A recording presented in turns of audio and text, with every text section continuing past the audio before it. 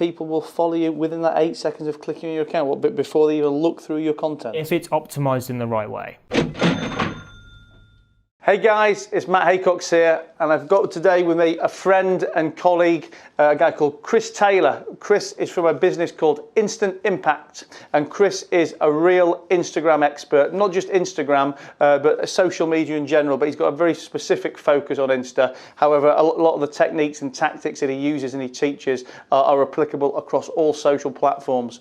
So we're doing what I've never actually done this before, so if you guys watch my content, you'll see I often interview experts and celebrities, but it's more, I guess it's more quick interviews and deep thought insights to them. You know, we've never done what I'd consider a masterclass, and this is what we've got set up today. We've got the blackboard. It's like going back to school. We've got the teacher. We've got the blackboard, and we're also just so you know what's going on. We're doing this as a live stream on Facebook as well. So hopefully we're going to get a bit of interaction from people watching. They can ask some real questions, and actually live. We can put Chris on the spot, keep him on his toes, and find out if his tactics really work. So I hope you enjoy it. You definitely. I've known Chris. I know some of the stuff he does. I've implemented some of the stuff it does, and it really, really does work. And it works fast. So I hope you guys enjoy this and listen away.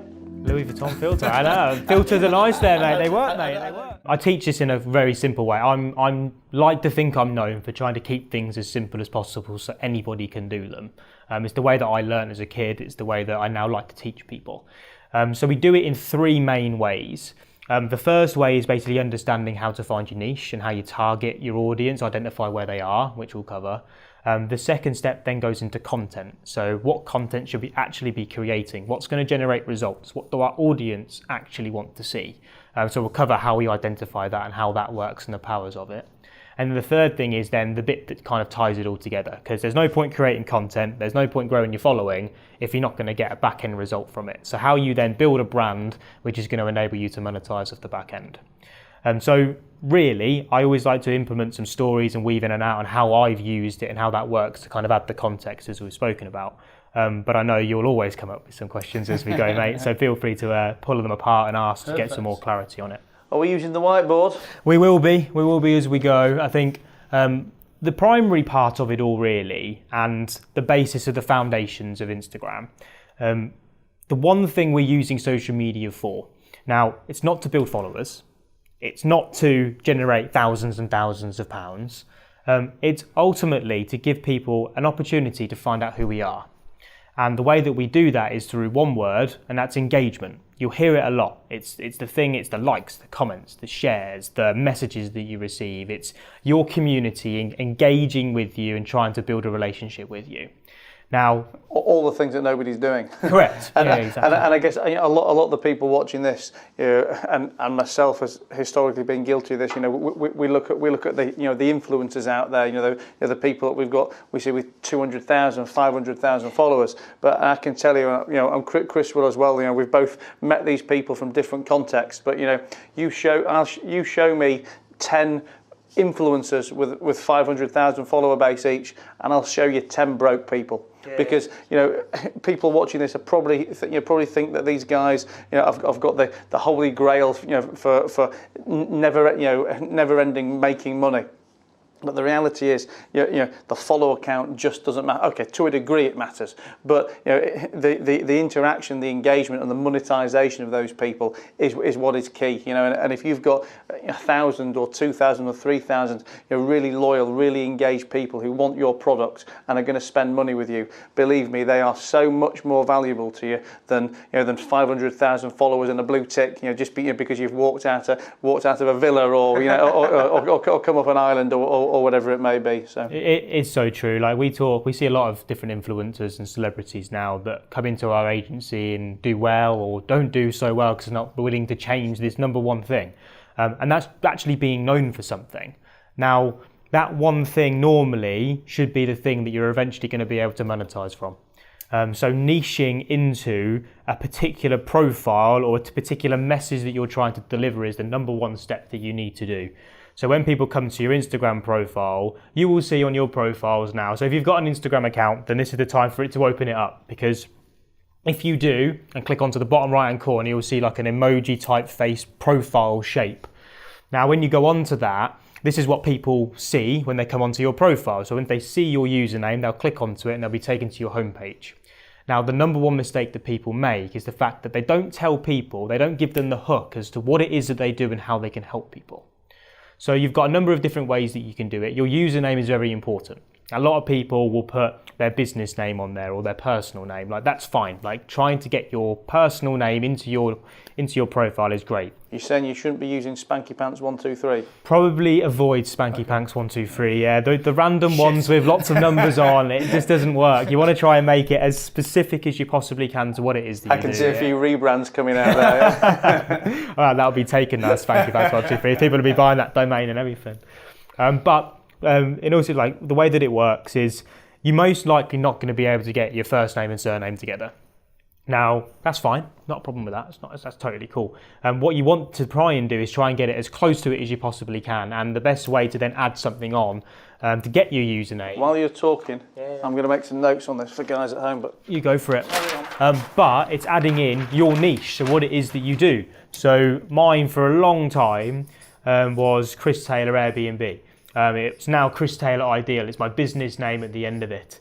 There's lots of different ways that you can incorporate your niche into there. You can add property to the end if you're in the property industry. If you're looking at wealth stuff, you can add wealth to it. So identify what your niche is and then add that to your username to be able to give you the opportunity to then be found when people type in for those sorts of words. So your username is very, very important. It's the foundation of where people are first going to be able to find you. So pick something which people are going to search to try and find you. It's your unique identifier. The second thing is then what we call the account name.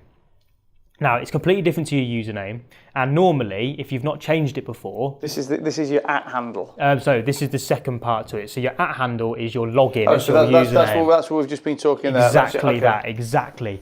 Your account name is basically, if you've not changed it ever before, go onto your homepage and click Edit Profile. On Edit Profile, you will see username, which is your handle, and you'll see account name. Your account name, if you've never changed it before, would be Matt Haycox. Yeah. Now, what people don't realise is the fact that that is actually SEOable. Okay. So when we're looking to actually do this for clients. So what's yours? So mine is currently Instagram Coach and Consultant. Okay. So if people type in Instagram, go and try it now. You can go and type in Chris Taylor Ideal and I'll come up, or you can type in Instagram. Now, if I've done my job correctly, I should be the first one that comes up. Okay. Because I've got that in there. We've got some probably mutual connections, which will mean that if people type in Instagram, I'm the person that appears. Can I pull mine up while we're talking? I don't know. I can't use my phone because it's on there, but you pull me up. So let's have a look. So what was yours? THE Matt Haycox. So the Matt Haycox. So you're currently Matt Haycox. Okay. So we're talking about the... So you got the account name there. So this is your username. Okay. Now the username is at the top of your phone if you go onto Instagram on your profile page, and the account name Can we show this, Calvin? is below your profile photo. So you will see on there. Now you might be able to see it in the camera. You will see that if it focuses, so below your profile photo, there'll most likely be your name. Now what you want to try and do, where possible, is pick 3 keywords that people are going to search to try and find whatever it is that you do. So Instagram Coach and Consultant. Now don't get me wrong, that's 4 words. Okay, so don't pick me up on that. I know someone probably will.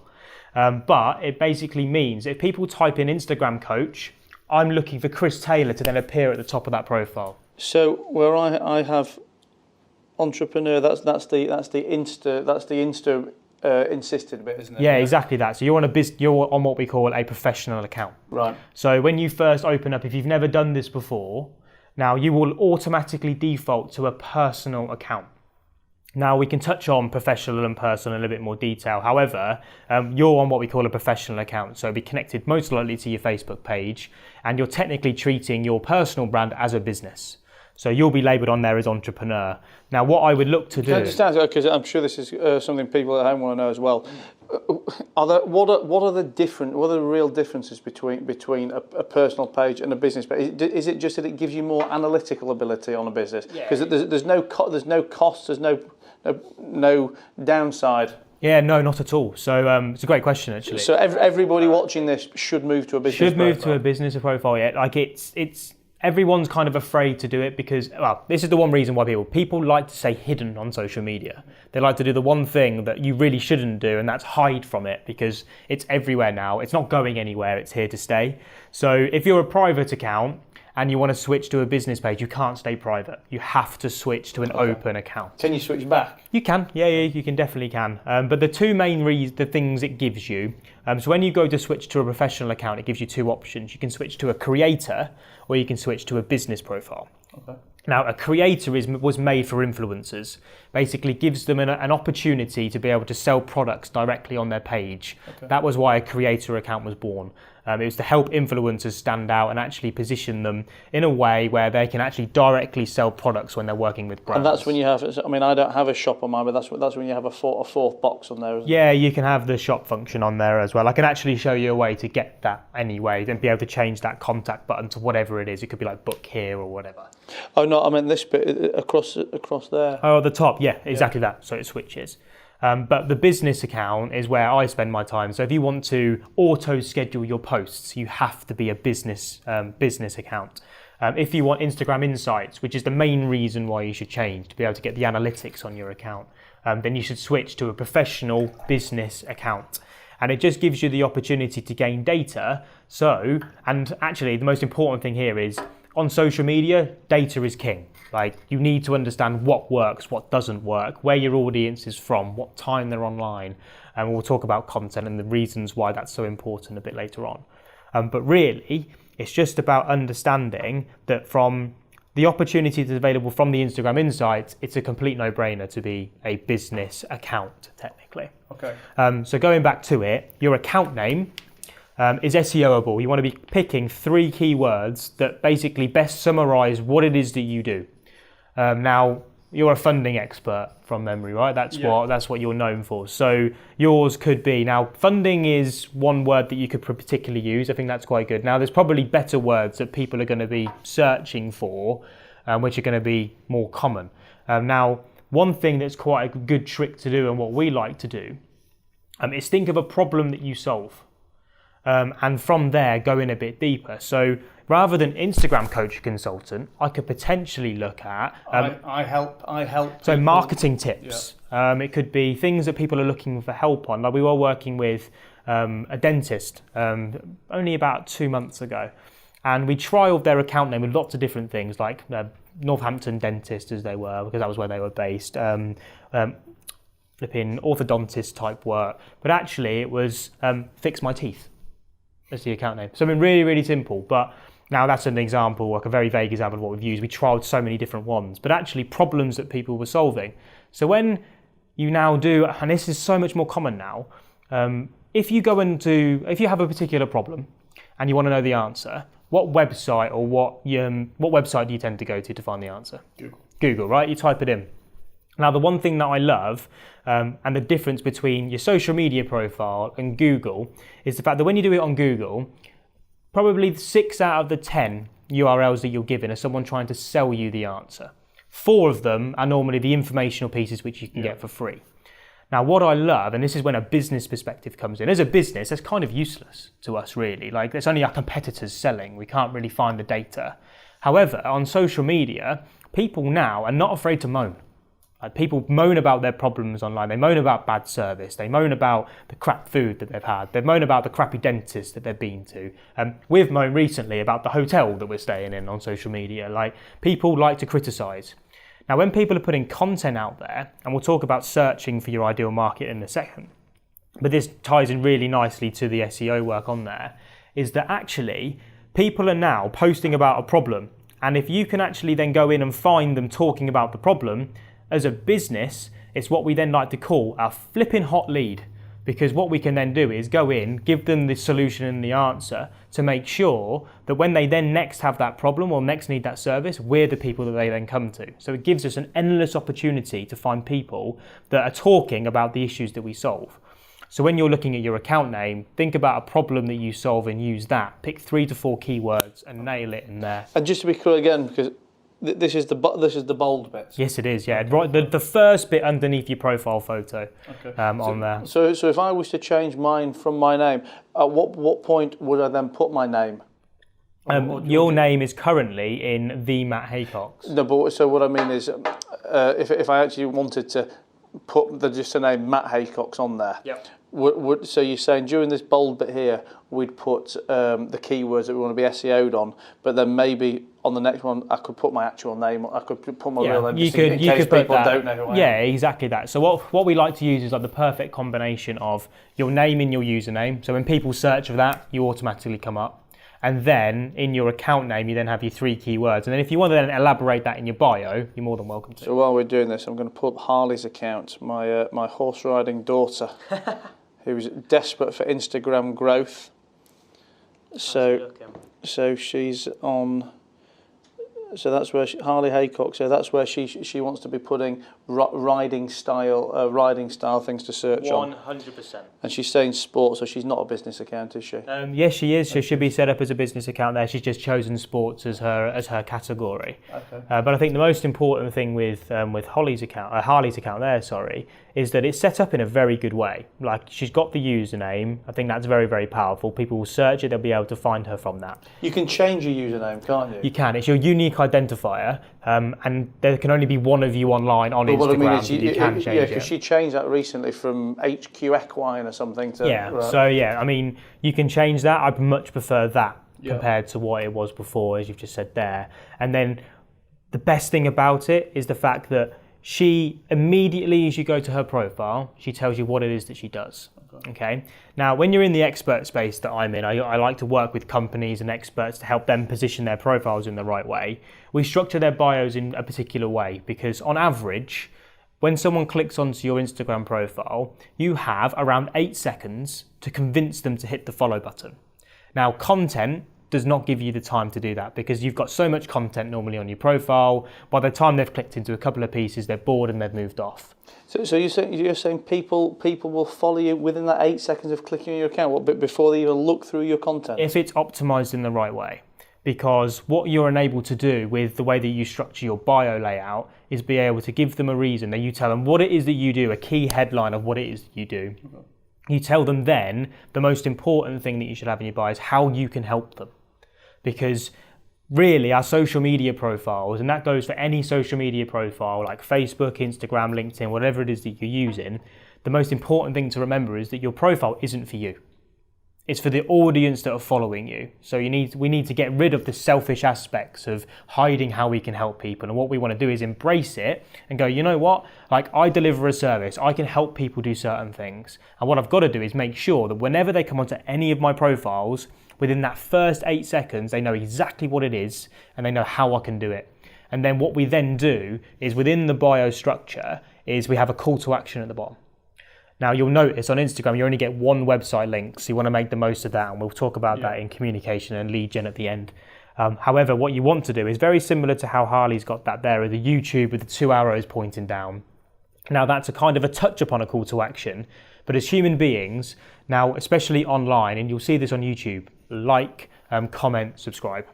Now, that's the thing that most popular YouTubers, the biggest ones out there, will do that on every video. Yeah. Because as humans, if we're not told to do something, we won't do it. So when we're telling people to, when we want people to click a link, we need to tell them to click the link. So we will naturally have, I help people go from 0 to 6-figure businesses using Instagram, to build 0 to 6-figure businesses using Instagram. Click here to find out how. What's the first thing they're going to do as soon as they hit it? They're going to hit the link to find out how on earth they can do it. We then build the lead gen machine, which again, we'll go more detail on as we go. But basically, we're looking to capture their details because social media, if we don't capture information, if our account suddenly gets taken away and we've got 500,000 followers, or we get our account banned for any reason, which happens a lot more than you realise these days, you lose all that data. So every follower that you get, especially if you're treating this in a business perspective, you want to be gaining that data, capturing it and putting it into a database where you control the data. So that's the process that we go through. So your profile optimization all comes around the niche that you choose. So if you don't own and be known for one particular thing, you'll end up confusing your audience and they'll have no reason to follow you. So your account won't grow. Okay. So the number one thing that anyone can do is choose a niche and own it and nail it and just give it time. So give it the 6 to 12 months that we did to be known for something. Build an audience up where you are simply educating them on what you do or telling them what it is that you do, document what you do, And then watch how the traction then grows when you apply the different strategies that we're going to go through today.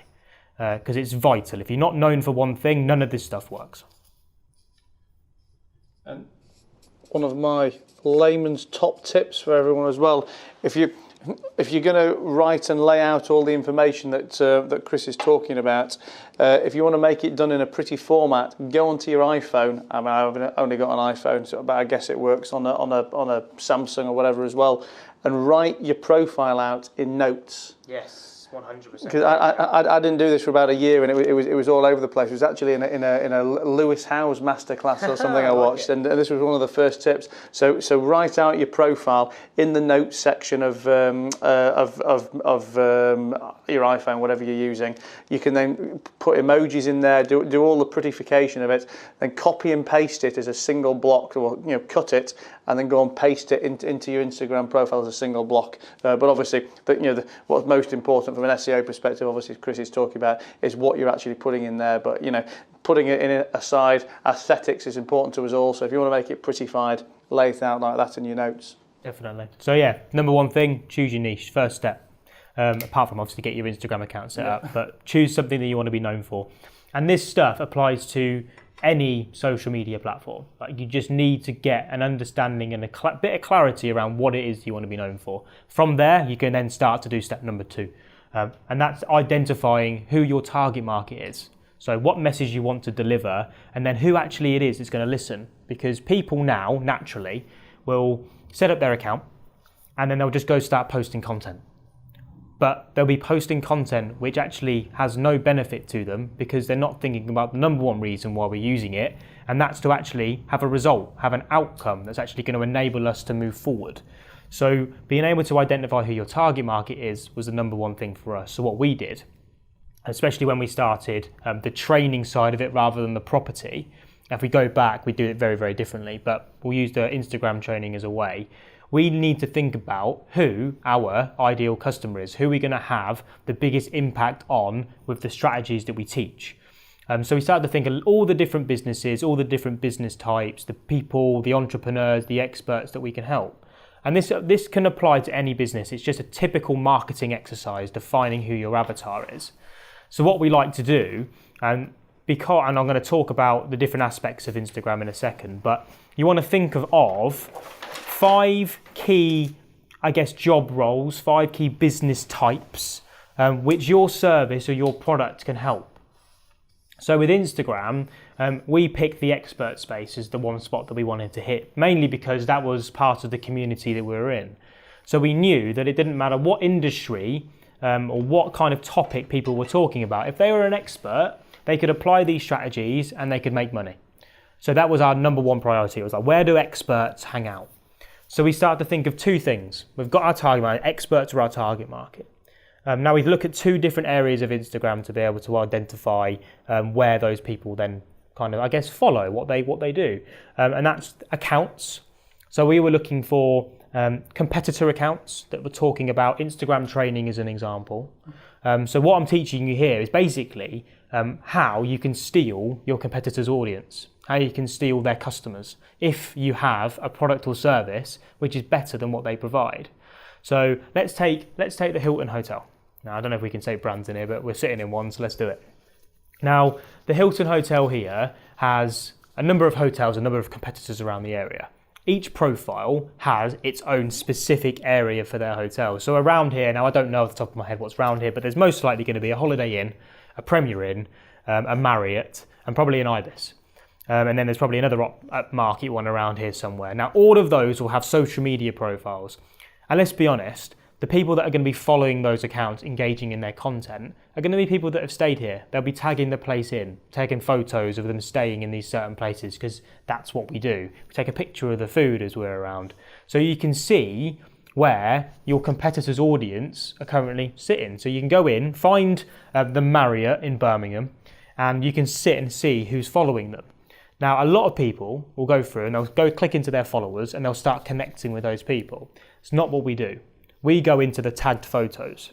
Okay. Now, the tagged photos are where our customers who have stayed there before will be tagging in when they've been there. Now, from a hotel industry, you can imagine running an Airbnb business, this enabled us to completely transform the way that we generated leads. So what we used to do is go into those tagged photos, see our customers saying how they've stayed in this place and they have enjoyed it or they haven't enjoyed it.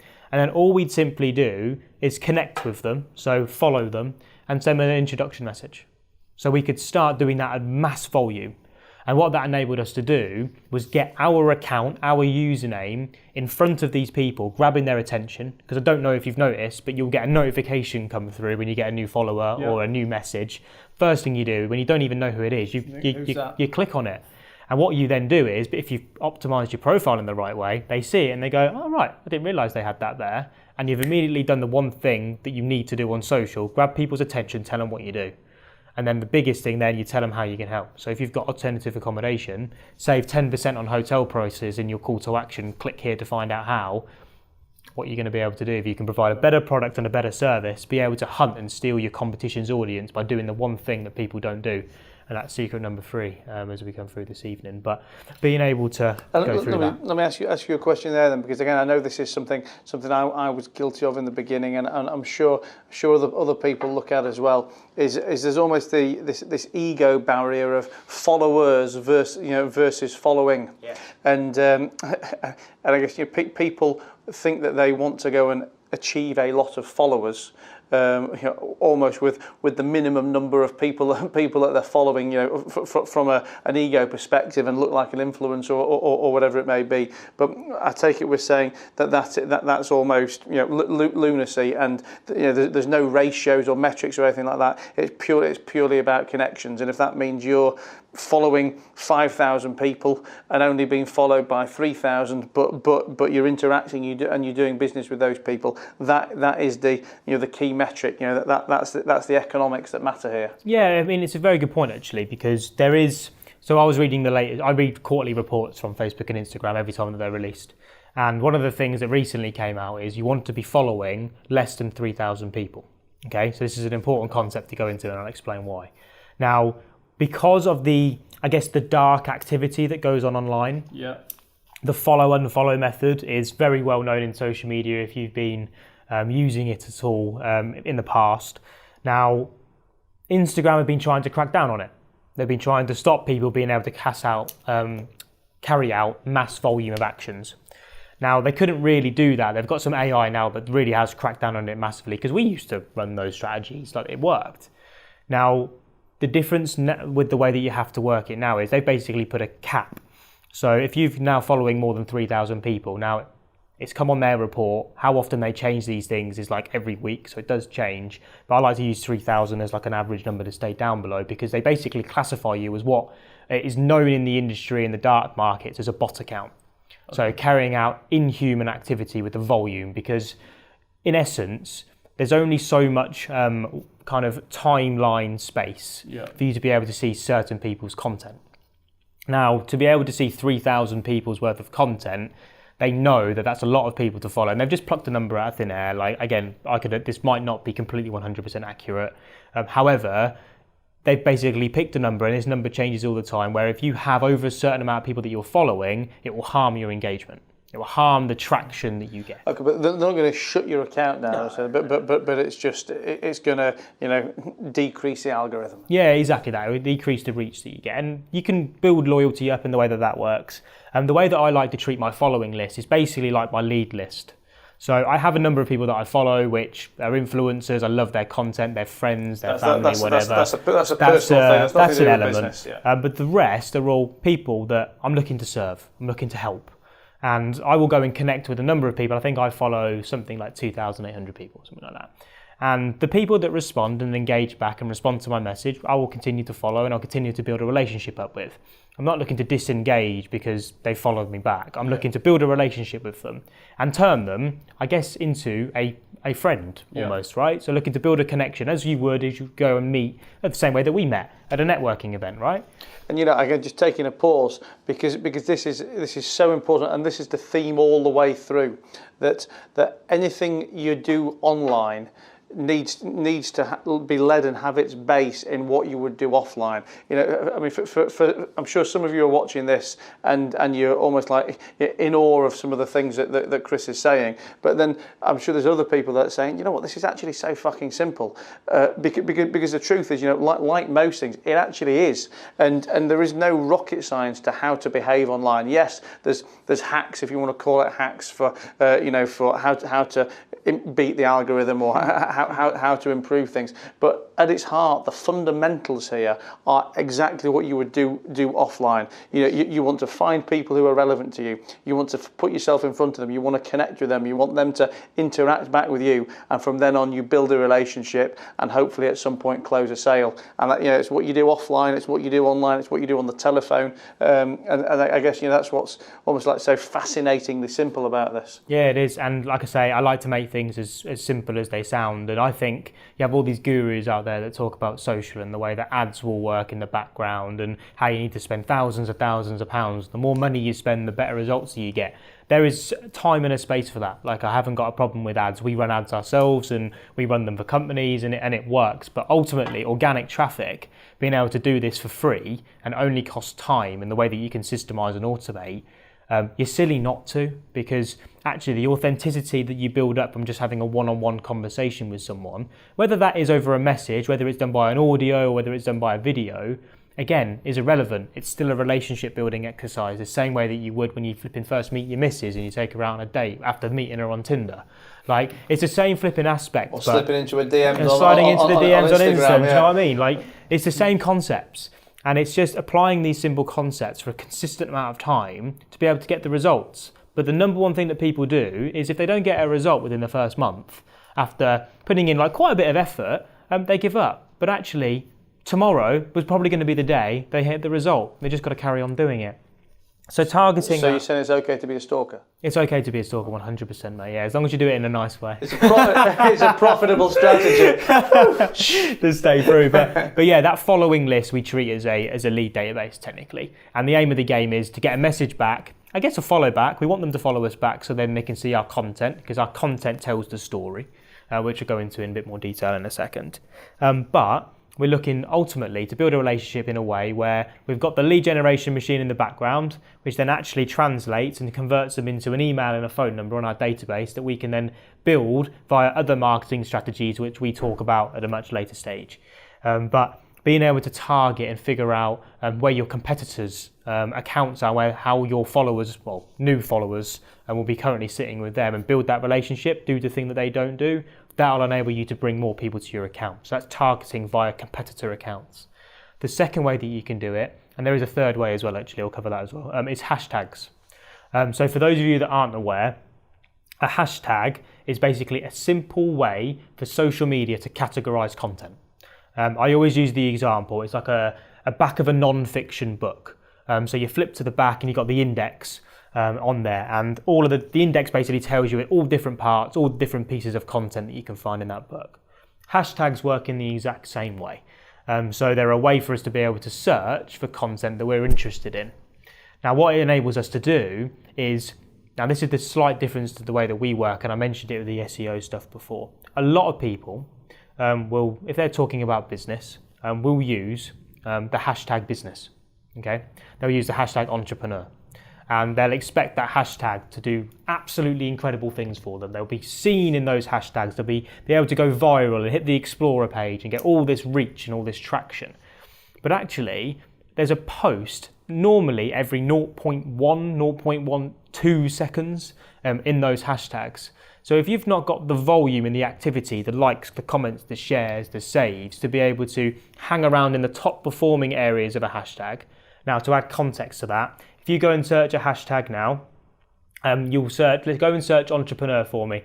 What you will see is a top performing section and a most recent section. Now, if you go into the most recent section, it's just going to be going. Yeah, you click on one of those photos, right? Just click on one, hold on it for 3 seconds, come off it, refresh the page. That photo will suddenly be halfway down the page. Refresh it again, that post is gone.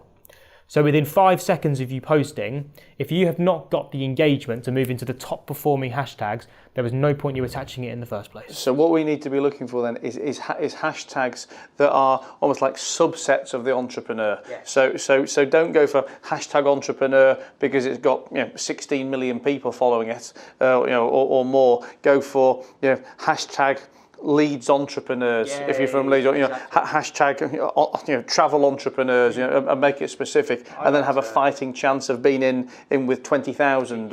Right. Genius, exactly that. And we like to then go next level deeper.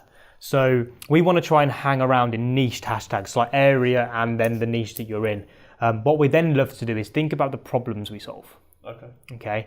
So with personal trainers, as an example here, a lot of them will hashtag personal training, right? This is an example. Now, actually, personal training isn't the problem that they solve. Lots of people would attach personal training hashtags to their fitness stuff. The problem that they solve, it's a multiple of different things. It could be weight loss. It could be preparing for a bodybuilding competition. It could be nutrition issues. It could be IBS. It could be irritable bowel syndrome. All these different problems that they solve, which actually, if they're putting a bit of content out, which solves the actual problem that hashtag sits within, that content, when people then search for the issue that they've got on social media, which now is a thing, people naturally do this, your content, because you've structured it in a way and applied the right hashtag, will then show in that feed. So they'll be able to see it. So you'll get engagement, which you wouldn't have normally got. That's the application of the right hashtag, which is going to give you the reach that you're looking for. So let's go back to Harley on this again, yeah. Where it's she's not got a product to sell. She's not okay. She's in a niche, which is a riding niche. But she's a youngster looking to build brand for the future. What should she be hashtagging? And she's not solving a problem. I guess she wants people to follow her because they have an interest in riding and eventing in her space. Is it just as simple as that? She should be. Yeah. So I like to look at. I always like to think outside of the box a little bit. Because if you just go and attach what everyone else is attaching, you're not going to stand out. You're not going to be unique. So there will be, now I don't know the industry very, very well, so you'd have to go away and do research on it, but there will be community hashtags that certain brands use, certain, I guess, riding schools use, certain bits and pieces that lie on social media which will have a specific hashtag. So in the fitness world, Gymshark 66 was one. So Be a Visionary is another. Okay. So little niche hashtags which only the community members follow, because one of the things I love about Facebook, as an example, is the usage of groups. So being able to build a community. Now we treat hashtags in the same way. So as a brand or a business, you will have something in your niche where there will be a community style hashtag, something that's quite popular. It's normally the most popular business on social media for that niche. Now you need to go and do some research to find out what they are. But if you can then hang out in those communities and build relationships with people in there, and again, do secret number 3 that we're going to come on to. Once you've then started to apply the strategies, you start to then become known in that community, known within that hashtag. And these social media platforms are so smart. As soon as you start engaging in these hashtags, they start pushing you up because you're doing the number one thing that every social media provider platform wants you to do, and that's spend time on their platform. So what you're thinking of, and I guess the reason why we got onto this conversation as I went off on a spiral and a tangent, is that you need to be thinking of the problems or the community hashtags where your target market, your audience, your desired outcome currently hang out. And what you basically do is you go and do, now I have a bit of a slightly different opinion on how you do this. Top influencers out there, the gurus that are out there will say you need to go and engage in the top performing content. So the top 9 photos, go comment on the top 9, engage, follow them, like them, build relationships with them. Now, I don't like to do that because actually those accounts get that much engagement. Because there's too many people in that space. The reason we do all of this activity is to get our profile showing up on the user's account on their phone. So they click on and we get their attention. We actually get the space and the time we need to convince them that we're an account that they need to follow. Okay. So what we do is we go into the most recent. There's 2 reasons why we do that. One, because they're normally a smaller account, so the notification is going to mean something to them. And 2, because they're bloody online. So if you're going instantly on there as they've posted into a hashtag where there's a problem that you can solve, you can hit that within the first minute, 2 minutes of it going online and immediately give them the answer. How flipping good is that going to feel straight away to them? The fact that someone's reached out, connected with them, solved the issue they've got, given them some advice, given them some content, got a relationship going. Like that is going to be a lot more powerful than what you're currently doing in the top performing hashtags with your activity. So what we like to talk about is efficiency and use of time. Now that is a much better and a much more efficient way for any user on Instagram to use their time. It's a much better way to be able to get your account and actually be able to target the people that are actually going to be able to benefit from the product or service that you deliver. So that's the second step there, is targeting the right audience and being able to know where to find them. Now, just hold that thought for a second, because I just want to ask some of you guys at home, because I'm looking in the comments section down here, and JP, good friend of mine, JP de Villiers is watching, and if any of you guys are looking to get inspiration and motivation from a real elite athlete, top level thinker, then you need to check JP out. But JP, obviously you've put a few comments on here, and you've already got some good active social profiles on Insta, on Facebook, on LinkedIn, etc. But obviously, I'm taking note of your comments saying that you're enjoying this and it's cracking. Can you tell us some specific things that as someone who's already pretty experienced in this field that you've learned and some takeaways for you, or maybe you've got some specific questions about your profile or your problem that we can put Chris on the spot now with. I mean, obviously we've talked a bit about my stuff. And I'm trying to get some brownie points by helping Harley out with her Instagram profile as well. But we want to help you guys at home, specifically people in business who are looking to ultimately monetize this. Because as we said from the beginning, this isn't about vanity. This isn't about being an influencer with followers that are never going to pay you a penny. We want you guys to get paid. Oh, well, JP is saying the keyword thing was massive. Oh, okay, fantastic. Great to see it will help. Yeah, it will really help people find you on social, which will definitely push you up the rankings a lot more. Perfect. Cool. So what keywords are good for your space? I mean, what does your profile say at the moment, and what are you already thinking about changing that to? So JP's got over 20,000 followers, but only gets approximately 100 likes. I don't understand this. And yeah, actually, but this is JP and I had lunch 5 or 6 weeks ago, and this is something we spoke about, that in the kind of month or so preceding that. So let's say from 2 months ago, 2.5 months ago, and anyone else I've spoken to about this, during that time, we felt engagement has fallen off a cliff. Yeah. I mean, is that something you'd agree with? Yeah, hashtags have become really important for that. So there's 2 things that you can do to help your engagement. That's find engagement groups, so like-minded people that are all looking to get their message heard further. So we have a couple of them that we work in. That helps get the instant traction. Are they like legit things insofar as is there any benefit to them other than you're all just helping each other out? There's a huge benefit to them because you may have heard on Instagram, on any social media platform, the first 1 to 2 hours are the most important. Now, the reason that is because when you post, especially on Instagram, this is an Instagram stat, it will go, and this kind of ties in with the time that you post as well, it will go only to 8% of your following. Yeah. Okay, so immediately when you post, you have a top 8% of the fans that currently like your content. Now, what that basically does is, it's basically saying, Instagram is asking the question, is this content what the top performing and the top interested people in your profile, are they actually going to enjoy it? Are they commenting on it? Are they liking? Are they engaging in it?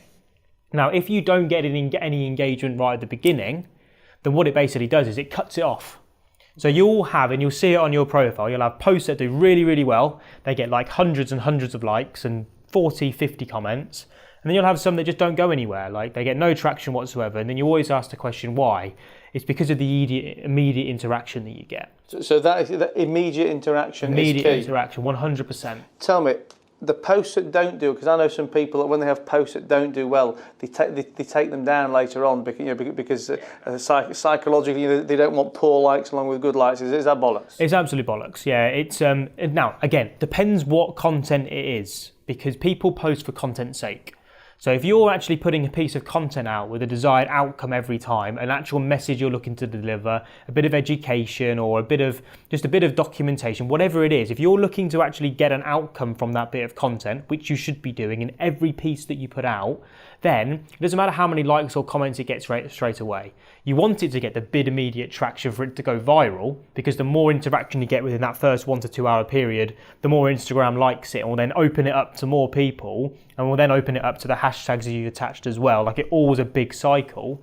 But ultimately, like, the more your content is seen, and if it's delivering a message which is actually valuable and actually going to help people, then what they'll then find is, and we do it now, you'll follow someone and you don't just look at their latest bit of content, you scroll through. You go and have a quick look at what they've been talking about, and they'll hit the bit and the thing is, what always happens, if you go and delete one, it will be that bit of content that you deleted that would have made the difference. That would have made the thing that would actually then turn them into the customer.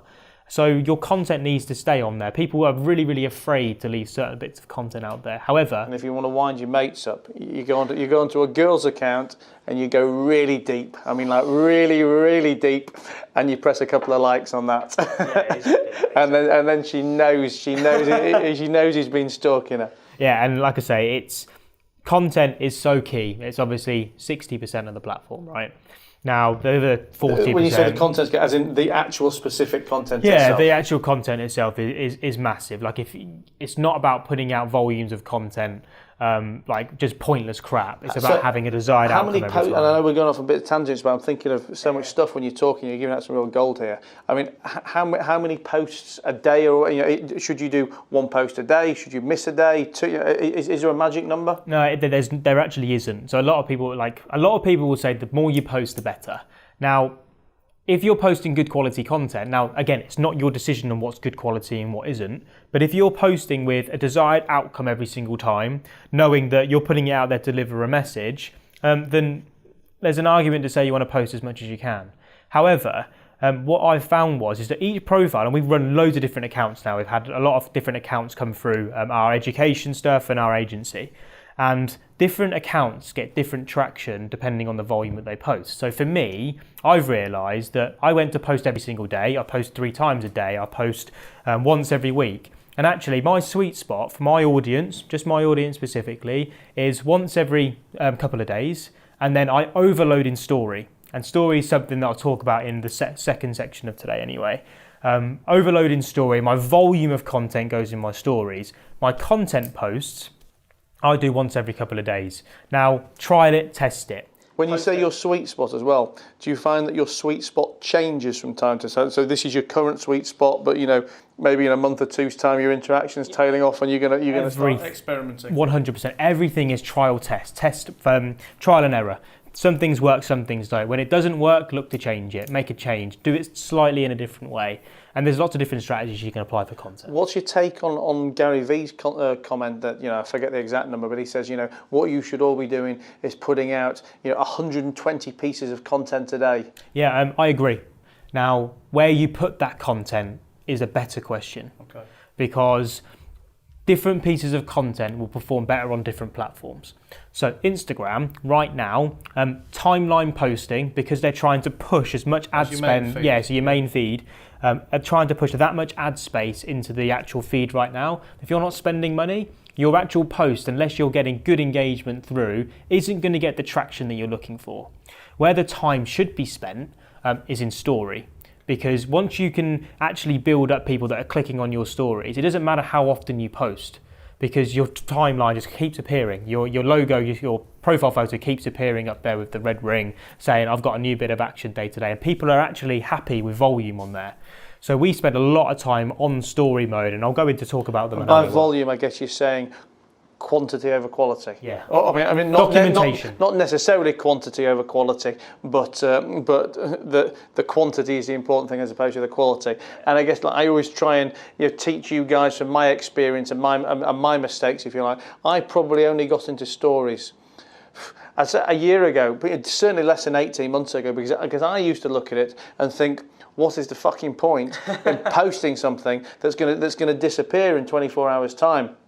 And to be honest, I didn't even really understand what a story was. And if you look at them now, I get more interaction on my stories than I do on my main feed. And yes, I guess some days I have more posted than other days. But I guess the real thing about your stories is you don't need to worry about it. I guess also you probably shouldn't be overthinking any of this. You should just be getting out there and doing it. But it's much easier to start to overthink what you do on your main feed, because obviously that's your window dressing, that's your tarted up photo with all your special copy and hashtags and stuff underneath. But stories themselves, it's just like, that bun, that this, it could be work, it could be pleasure, it could be whatever. Yeah, exactly. And that goes into the second part really. I know we've already gone on and spoken about it anyway.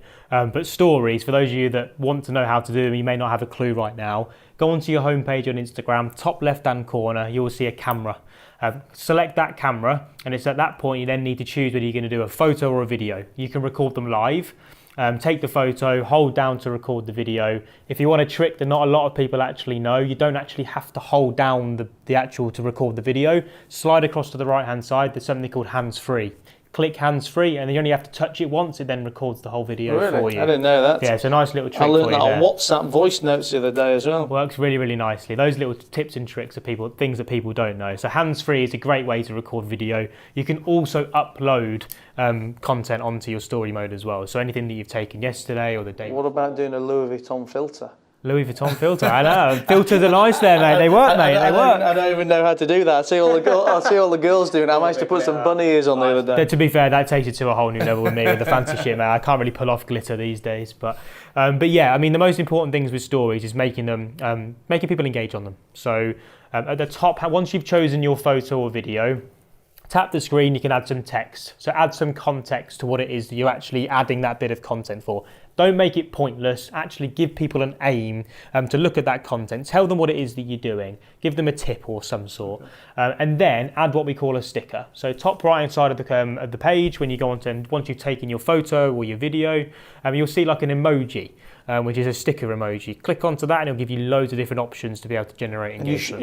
Are you saying you should be putting a sticker on everyone? Everyone. So the three that we go through. Because Instagram likes it, and that gives you more credit. You can imagine, right? As a business owner, you want people to use the features, the products, the services that you deliver, right? So when they're there, make bloody use of them. Actually use the things what they're there for. So we will always apply a hashtag, a location on every single post, and then if someone's in there with us, so like we're obviously been spending a couple of days together here at the NAC. No, we're not sleeping together, by the way. We've got our own bedrooms. Definitely not. No. But yeah, so then you tag people in as well. So tag people in, engage, use their audience, because they'll probably share it in there as well. And again, I guess I know I keep repeating myself, but every single use of a feature gives you a tick in it. Gives you a tick, yeah, exactly that. So, I wouldn't go and overload and just spam your whole story with every single sticker possible, but hashtags and location every single time, because they give you expanded reach.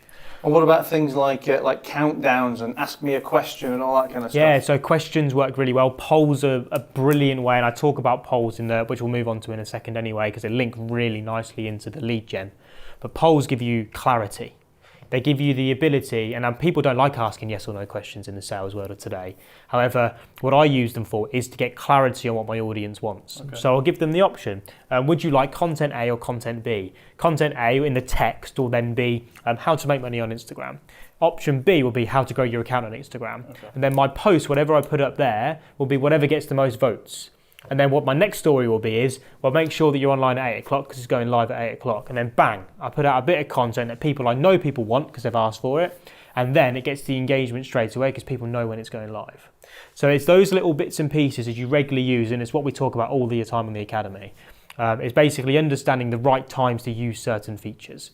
And stories now give you the best opportunity to tell your story, pardon the pun, but a huge volume, so it's your face everywhere. It's your brand everywhere. It's your message being delivered over and over again. And actually, the more that you do it, all you've got to do, if you want to be successful on Instagram or social media, is look what the top performing people are doing. There's a reason a Grant Cardone puts out 40 different pieces of story content a day, and only posts once or twice or 3 times at a max a day on his feed. Like, you can get out such huge masses of volumes of content in story. Gary Vaynerchuk the same, 30 or 40 pieces a day. Ty Lopez, all the big influencers, like even Tony Robbins, who has a team that obviously sits there and does it for him. They use story for a reason. They tell their story behind it. Obviously, I know this is an Instagram conversation, but is that same logic applying to Facebook and Facebook stories? It's Instagram obviously took the story idea from Snapchat. So they buried Snapchat technically. They're still going, but they're not as effective as they were. Now Facebook have obviously taken that feature and now applied it because they purchased Instagram. They own the IP. They own everything to be able to apply it. Facebook story, although works, it's not going to get the level of engagement that Instagram's going to get you.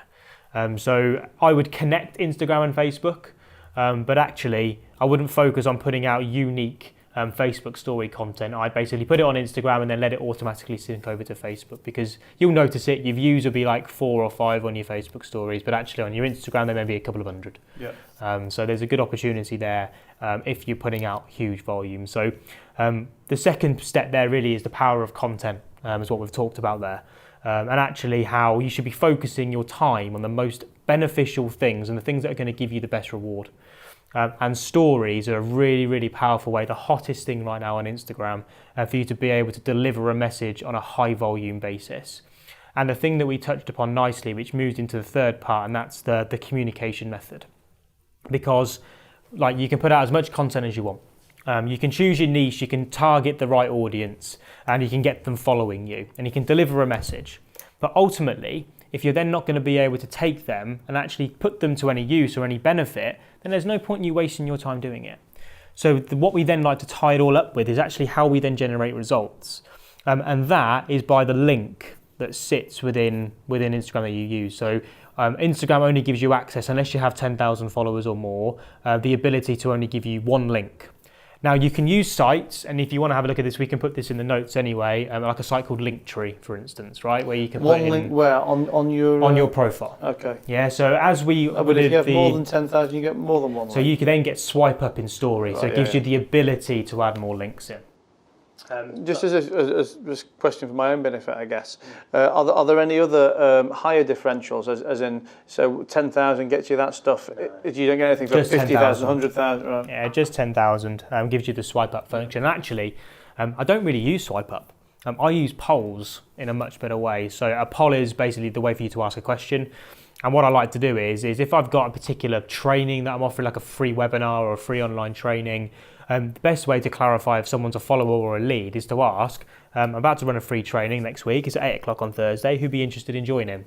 All the people that say yes, you treat as a hot lead. You then direct message them and go, hey, look, thanks for voting yes, here's the link, let me know once you've downloaded. But I guess I guess there's other uses for swipe up, aren't there? Like I know I'll use swipe up on mine for if I've just launched a YouTube video and I'll put it on there, traffic, right? Swipe up for that. Yeah, exactly. So swipe up is a way for you to divert traffic using the URL, and it is useful. I do use them. I just have different kind of focuses now in terms of the way, because I try to keep everything very, very streamlined. I find that my process is from a sales perspective, and taking my follower on a journey through to customer works when there's only real one way for them to go. Okay. So my link normally remains the same. It's like a free online training. It's the start to what we call, my old term was a funnel. It's now what we like to call the flywheel. It's a change in marketing method. So the funnel was born from, you put someone into the top of the funnel. The aim is to put loads of people to the top of that funnel, with then a small number of them dropping out of the bottom. The reason why I say flywheel is because the issue you have with funnels is that once they drop out the bottom, nothing then happens. So you're then actually not serving your customer once they've been through your sales process. So we like flywheel because actually the flywheel embodies, in the center of that wheel is your customers. So what actually happens is, and we'll draw that on here actually for you. So with a funnel, if I can get the pen because I'm up here. With a funnel, you have that sort of shape. Yeah. Okay, so people then drop down the bottom here. So once they have that, what happens to these people? Well, technically you lose them. Like nothing happens. With the flywheel, you embody and your customers sit here. So everything that you do is centered around your customers. Now, forgive my poor diagram, but But this is an embody of basically of a flywheel. And what you have here is your marketing, your sales, and then what we kind of call operations or customer services, right? I'm going to do this as a new diagram, which is like a highly profitable toilet seat. Yeah, I like it. It works quite nicely. That's just to be fair, that's just a polite way of you saying my drawing's toilet, isn't it, to be fair? But what it basically means is that at any point that someone joins your funnel or your business or your product or your services, it doesn't matter what happens. Because ultimately, you're going to continuously market to them, you're going to continuously close them, and you're going to continuously serve them with operations, and it's a consistent cycle. So what we like to do with Instagram is basically have one clear route into the center of that flywheel. Okay. And that is, when we first connect with them, we then look to build a relationship straight away. So send them a message, introduce yourself. Now, as humans, we like to talk about one thing more than anything else, and that's ourselves. So rather than introducing who you are and what you do, just get them talking about themselves. If you want the response, get them to say to you what it is that they do, what they're interested in, and whereabouts they're based, right? 3 common questions. Don't look to sell them anything. You sell them a sales message, you've lost. As soon as you look to sell on Instagram, on any social media platform, you lose. And are we using the same logic here if we're profile building, well, just to brand build without something specific in place? So if you're just looking to grow a profile because you're a model, or we go back to Harley and her horses, you know, she should connect with these people and interact. I mean, like I said, she's got nothing to sell, so she's not going to get sales on them. But even though she's not selling anything, she should just talk same way like she would if she was down the yard. 100%, yeah, 100%, because they've got the same interests. Like, you've not connected with them unless they're following a certain hashtag or a competitor or a similar account to what yours is. So you've got a similar interest, and actually, if you've got no real kind of method or kind of motive behind your message, and you're just looking to build a relationship, your content then does the kind of relationship building also at the same time, because the more that you communicate, the more you're telling Instagram that they're interested in you, you're interested in them, so your content then appears in their timeline. And I'm going to steal Chris's analogy, but obviously I'm crediting him for it, so it's okay to do that. But one of the things I was saying to you earlier is that everything you're probably listening to now, you're thinking, well, this is so simple because this is what I do in offline relationships as well. And what we're talking about now with the whole connection point of connecting with somebody, send them a message to tell them about you. Well, not to tell them about you because we're saying they want to talk about themselves, but to ask them about them and interact between the two of you is exactly. We were saying this last night at dinner, what you would do at a networking event or a cocktail party or whatever. You know, would you walk up to somebody with, like, you know, bump shoulders, look at them and walk off again? Well, no, you wouldn't. A, because you're going to look fucking weird, and B, because you're going to get no outcome and no interaction from that. And that is effectively what everybody is doing in today's world. You know, in the online platform. You know, whether it's LinkedIn, Facebook, Instagram. You know, you're following or you're being followed, and then you're just leaving it at that. You know, this is all about, you know, how would you interact normally as a human, and then just systemize that on an online basis. Yeah, 100%. No, it completely works, and I'm just capturing content for myself because I wouldn't be doing my job properly if I didn't. I was thinking the same thing, but I've run out of telephones. What you guys can't see behind the scenes is we've got 2 laptops, 2 telephones, 3 cameras, a cameraman, a couple of microphones, and we still haven't got enough technology. It works nicely, but yeah, what we were saying is basically trying to keep things as simple as possible. So when you have a new connection, introduce yourself, look to build a relationship with them, and then once you have an opportunity where they've mentioned how you can help them. So this is just from a business perspective, right? Yeah. This isn't for your daughter who's looking to build a brand up. This is just business. This is how to monetize. So what you basically do is you ask questions which gets them talking about themselves, but ultimately keeps them in a right direction. And we have set processes that we teach in a lot more detail on this. But actually trying to get and hone in on the problem, the thing that you're trying to solve, the problem that you can solve as a business. Because what you then do is you invite them to a way of which you can actually give them advice on that problem for free. So you remember me saying at the beginning, the ultimate aim for social media as users, as business people, as entrepreneurs, is to basically gain the email address and the phone number. Yeah. Right? So then we can market in several different ways. The more times that you can market to people, the more times that you can build your touch points, the better opportunity you have to sell and close. So what we look to do is have embodied within that link, which is why I only have one link ever, and it's one direction only to a free online training. Now this link could be anything. It could be a 10% discount code. It could be a link to an ebook. It could be an online course that you're looking to run for free. It could be a ticket to a free event. It could be a one-to-one introductory call to you, whatever it is. Like, it could be so many different things, but it's a way for you to add another layer of which you can show how much value you can give to that person. So what you look to do is have that one link. You ask the questions, you build the relationship to a point where you can go, look, the reason why I've connected with you is, one, is to get to know who you are, but actually because I can see that you're interested in the same things that I am, because you just told me that you are, and actually I feel that I've got something which I'm not looking to sell to you. I'm not looking to sell you anything. I'm looking to try and help you where I can. Yeah. So it's totally free. If you want, I'll send you the link. And what you then do is you don't just send them the link, you wait for them to come back to you and say, yeah, that would be great. Yeah. Then you send the link, because it's an added message, an added level of engagement. And also, they're 99% more likely to download it if they ask for it. How important are messages as far as the algorithm for interaction is concerned? They're not as much as a comment or a comment, as for an example. They're probably the equivalent. To be fair, they're probably not even as equivalent to a like. Like, they're not huge because they're not related to content. So your content engagement is where the most important thing comes in with algorithm building. But what it enables it to do is that you're building the relationship, you're making that relationship stronger. So the more that you talk to someone, the more likely it is they're going to search for you anyway. And then the search part of it all is probably the most important out of everything. Like, the time that they spend on your profile is actually what makes the biggest difference now. You will see like them hiding likes now on profiles, like the vanity metrics being hidden. Comments will always be there, but actually the time that's spent looking at your content is ultimately what's going to drive the algorithm to start showing it to more people. When you say looking at your content, you mean being sat on your main feed? So sitting on the actual content piece itself. Okay. So if you put a video out there and it's an Instagram TV video, for instance, 15 minutes, but people are only watching it for 30 seconds.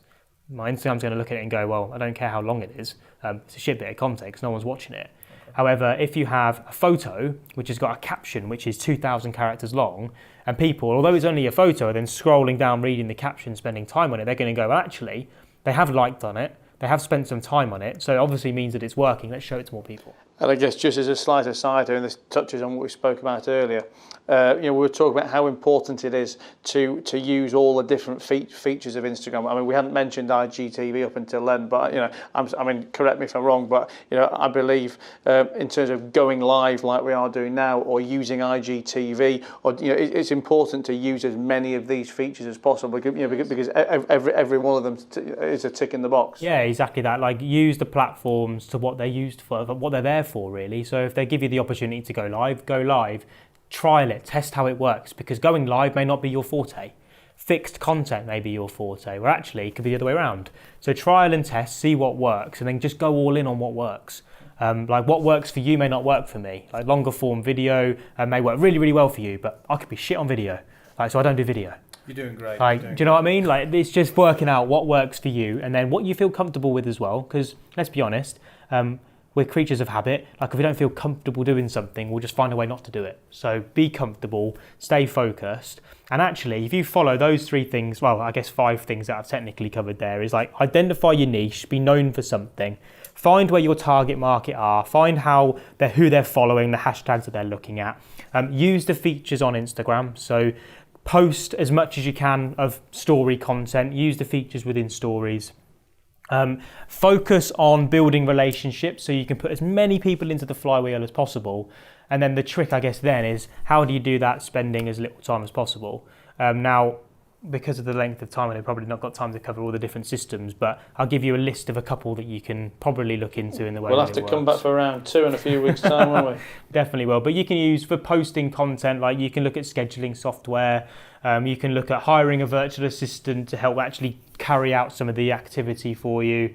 You can look at looking at different reporting to be able to focus on what works and get that reporting dropping in your inbox. You can look at account growth software. People use that these days as well. We don't. We do it manually, but you can actually get that in there as well. Just on that, I think that's probably an important tip for everyone at home. I'm actually distracted by the fact that I've been told by Chris Silverwood that my haircut has taken 3 stones off me. I think it's both my haircut and my 8 days in a Portuguese juice detox camp, but I'll take it either way. But no, Chris just mentioned bots and automation, and again, I don't know how deep he's going to go into it, but yes, the key here is to implement all of the things that Chris has told you, but by doing it on scale and as quickly and as quantified and as cheaply as possible. One thing people automatically default to, and a lot of these cheap online services are all about the bots. And it might work for a day, it might work for a week, it might work for a year, but at some point during that time, you will get caught by Instagram, and you will get your account locked down and potentially shut down, and then all the graft that you've put in is out the window and down the toilet. So I guess with any hack or with any aspect of business or life, it's about finding effective ethical shortcuts, because these black arts are getting easier and easier and easier to find. And I hear stories week after week of people losing their social accounts, and obviously what we're trying to do here is create I guess key components of your business, super important online accounts. So to have done all this and then to lose it overnight because of cheats, it's a catastrophe. Yeah, it is. Now it's literally the point. You've covered my point beautifully there. It's like it's scripted and you've got it written down there. But ultimately, like Instagram now knows, like when you're trying to, it's what they call the API. So when you're logging in through third-party software, it sends a signal. And it's done via proxies and IP addresses. It uses the combination of them to actually locate the fact that you are not where you're saying you are. And because you're connecting on one device and then trying to connect on another, it then basically says, nope, not possible, cuts it off. And it has a way of tagging the software that you're using, so it will then temporarily block you. I know this because I used to use it. I'm always transparent about it. And we still test it. So we have dummy accounts, well, not dummy accounts, I guess. They're kind of accounts. I have an Airbnb account as an example where we've tested this recently, just to test to see how it works and basically whether it's still blocking what we expect it to do. And it does. Literally, as soon as you log in using multiple different automation softwares, it cuts it off. It stops the account dead. And it's just no point doing it. And so now there are so many strategies that you can do, and it all evolves around time and actually being consistent on it. But I'm not being funny. Like if your business isn't on social media these days, I think it was Bill Gates that said it literally, I think about a year ago, that in like 5 to 10 years time, your business just will not exist. It's such a powerful way to market now. There's so much attention on it that the thing is, if you're not using it, one of your competitors will be, and they'll be reaping the rewards of doing so. So not doing it is actually worse than doing it crap. Saying you don't have time for it is crazy when you think about all the other things within your business that you say you haven't got time for, but find that time because it's delegated to somebody else in the business or to your assistant or etc. And I guess what we'll come on to at the end is how Chris can actually help outsource this for you if that is something that you're looking to do. Yeah, 100%. Because really. We're in a game now where business is all about relationships. It's all about the connections that you make. So use social media for good and actually use it to connect with good quality people that are interested in what you're talking to. And again, I say this all the time to close on a lot of talks that I do. As soon as you look to sell, you lose. So keep away from the traditional spammy sales messages, the looking to close people. You go in it with a mentality of serving and helping them.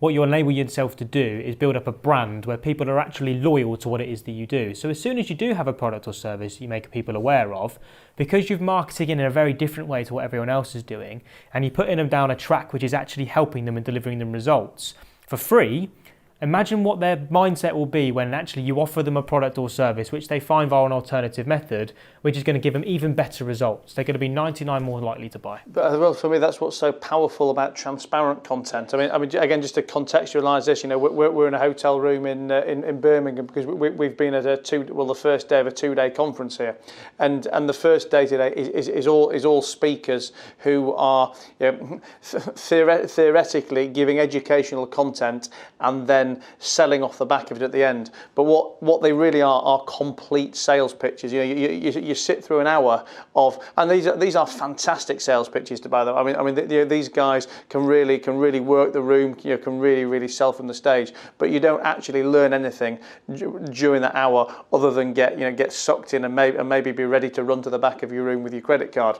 But what I hope, I try and develop trust with you guys, and I would never bring you somebody that I'd either don't believe in or don't use myself, etc. I think, what Chris has been very transparent about here, and what I can completely vouch for, is all of the tricks, I don't want to use the word tricks, but all of the techniques that we've discussed today are everything he does within his business. There's been nothing held back here. There's no rocket science. There's no secret hacks. It's following a simple process. But if you're going to get sold by him or outsource, or what Chris has got, his secret sauce, if you like, is he has found the way to systemize this and do it as quickly and as cheaply as possible.